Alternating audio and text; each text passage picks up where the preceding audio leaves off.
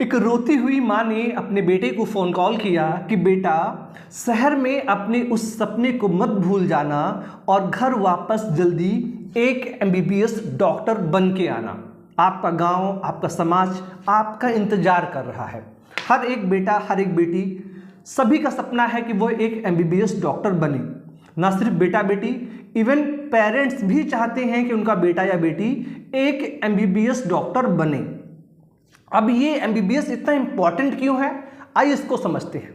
कहते हैं कि भगवान, अल्लाह, गॉड, आप उसको जिस नाम से बुलाएं, उसने हमें जन्म तो दे दिया, लेकिन जन्म से लेकर मृत्यु तक यानी डेथ होने तक हमें कोई भी शारीरिक प्रॉब्लम आए, मानसिक प्रॉब्लम आए, तो उसके लिए उसने डॉक्टर बनाया और डॉक्टर आपके हर एक प्रॉब्लम का सलूशन आपको प्रोवाइड करता है।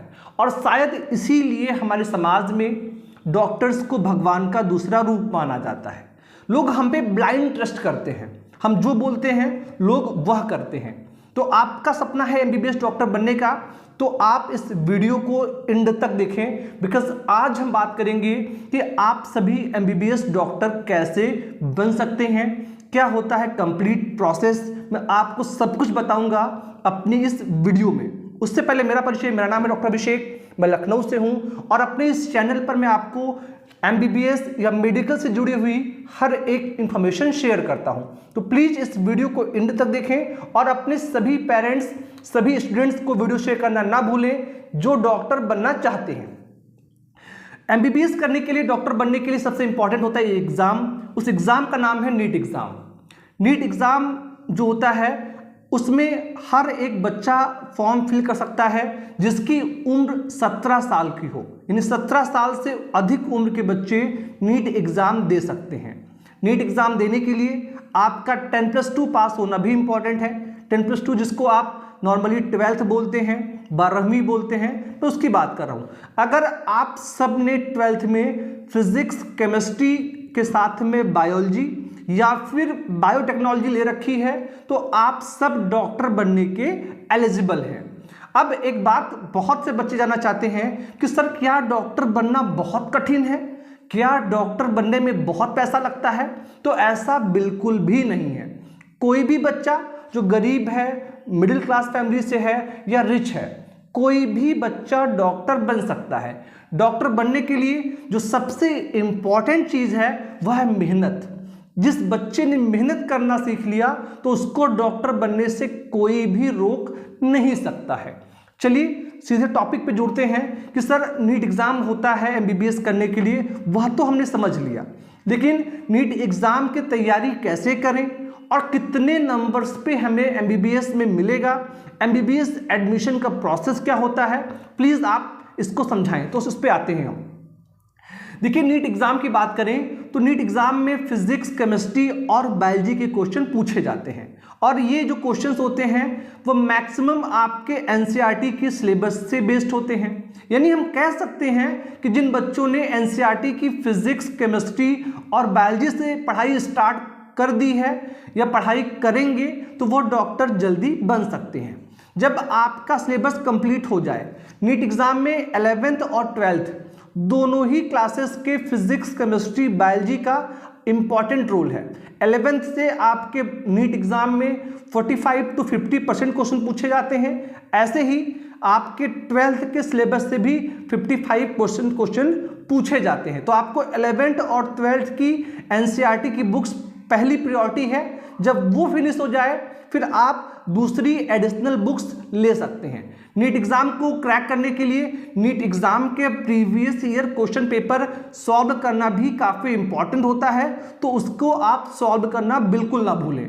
ठीक है, अब आपका जो नीट एग्ज़ाम होता है वो ऑफलाइन मोड में होता है और नीट एग्ज़ाम में जो है आपके जो क्वेश्चंस आते हैं वह ऑप्शनल आते हैं, यानी कि बहुविकल्पीय आते हैं। अगर आप एक क्वेश्चन सही करते हैं तो आपको 4 नंबर मिलते हैं, वहीं पर अगर आप एक क्वेश्चन गलत करते हैं तो आपका 1 नंबर कट हो जाता है।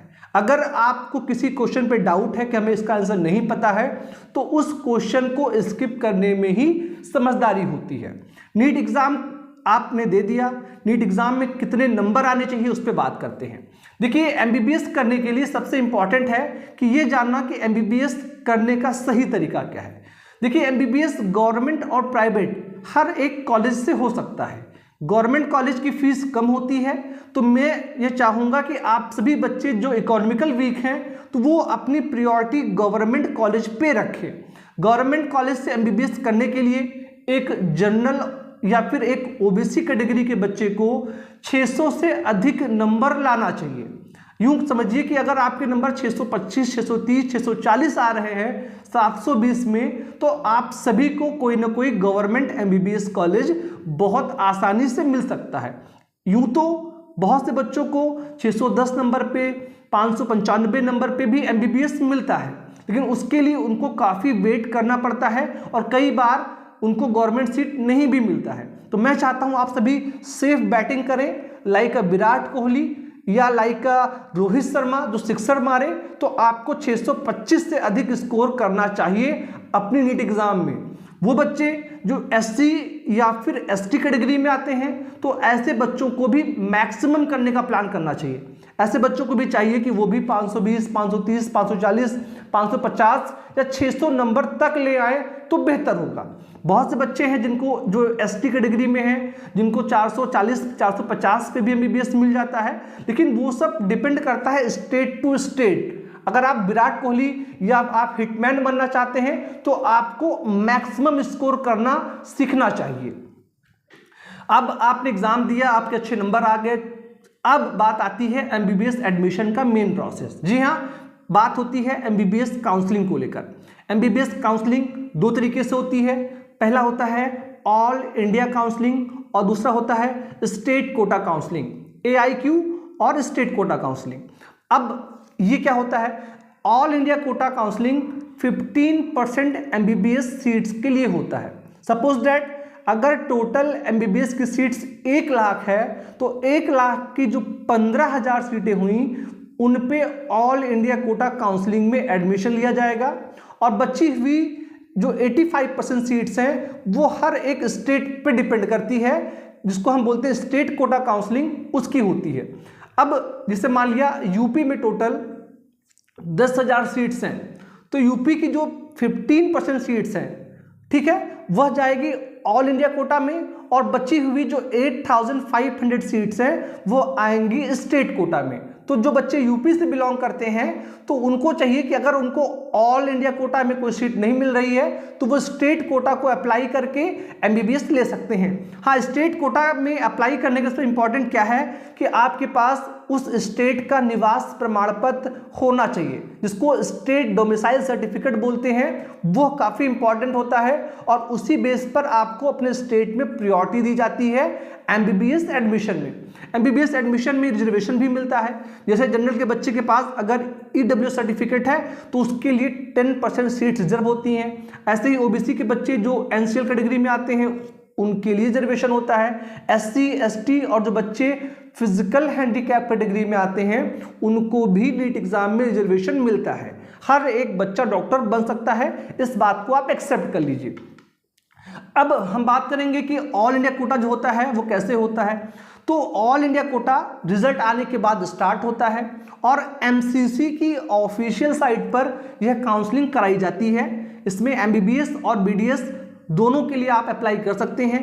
काउंसलिंग कई फेजेस में होती है, जैसे first phase, second phase, third phase अगर हुआ, अदरवाइज मॉपअप राउंड काउंसलिंग, और उसके बाद अगर फिर भी सीटें वैकेंट रहती हैं तो फिर होती है stay vacancy round counselling. Counselling के बेस पे जैसे फर्स्ट फेज में कट ऑफ जो है गया 560 नंबर, तो सेकंड में जाता है 540 नंबर, फिर या ऐसे एक एक करके नंबर्स कम होते रहते हैं और सीटें फिल होती चली जाती हैं। जिसके ज़्यादा नंबर उसको उतना अच्छा कॉलेज, ठीक है। ऐसे ही स्टेट कोटा काउंसलिंग भी सेम तरीके से होती है, first phase, second phase, mop up round और फिर स्टे वैकेंसी राउंड काउंसलिंग। कोई भी व्यक्ति, एक बात समझिएगा, कोई भी व्यक्ति, अननोन व्यक्ति या आपका जानने वाला डायरेक्ट आपका एमबीबीएस में एडमिशन नहीं दिलवा सकता है विदाउट नीट एग्जाम दिए हुए। कोई भी जुगाड़ नीट एग्जाम में नहीं चलता है, इस बात को भी आप समझ लीजिए। बहुत से स्कैमर्स बोलेंगे कि आपका हम एमबीबीएस एडमिशन करवा देंगे, आप हमको 10 लाख दे दीजिए, 20 लाख दे दीजिए, तो प्लीज़ उनकी बातों में मत आइएगा। सबसे आसान रास्ता है वो मेहनत। अगर आपको फिजिक्स, केमिस्ट्री, बायोलॉजी का अच्छा नॉलेज है तो आसानी से आप नीट एग्जाम में अच्छा स्कोर कर सकते हैं और उसके बाद आप अपनी काउंसलिंग में अपने मन चाहे कॉलेज को सिलेक्ट कर एमबीबीएस कर सकते हैं। एमबीबीएस की फीस की बात करें तो गवर्नमेंट फीस स्टार्ट होती है 1600 रुपये पर ईयर से लेकर लगभग 70,000 पर ईयर तक। अब ये हर एक स्टेट के अलग अलग कॉलेजेस होते हैं और उनकी अलग अलग फीस होती है। 1600 की बात करें तो ये है एम्स की फीस। अगर आप एम्स से एमबीबीएस करते हैं तो उसकी फीस आपके एक महीने के पॉकेट खर्च से भी कम होती है। इसके अलावा Maulana Azad medical college, JIPMER, CMC Vellore, BHU, इन सभी कॉलेजेस की फीस काफ़ी कम है। अगर आप यूपी से बिलोंग करते हैं तो यूपी में केजीएमयू की फीस लगभग 55,000 रुपये पर ईयर तक है। और इसके अलावा जो अदर कॉलेजेस में सफाई हो गया, बहराइच का जो कॉलेज हो गया, जो ऑटोनोमस कॉलेजेस हैं, इनकी फीस 35 to 37,000 पर ईयर तक डिसाइड होती है। हर साल गवर्नमेंट इस फीस को लेकर नोटिस देती है और वह बताती है कि फीस इंक्रीज हुई है या नहीं हुई है। ऐसे ही गवर्नमेंट की फीस मैंने बता दी। प्राइवेट की फीस की बात करें तो यह स्टार्ट होती है 7.5 लाख से लेकर 25 लाख रुपीज़ पर ईयर तक। प्राइवेट कॉलेजेस की फीस ज़्यादा होती है, इस बात का आप विशेष ध्यान रखें। तो ये थी बेसिक इन्फॉर्मेशन आप सभी बच्चों के लिए एमबीबीएस एडमिशन के पूरे प्रोसेस को लेकर। इस वीडियो में इतना ही। अगर आप सबको कोई अदर जानकारी चाहिए तो आप प्लीज़ अपने कमेंट हमें दे सकते हैं। इस वीडियो में इतना ही। Thank you so much. जय हिंद।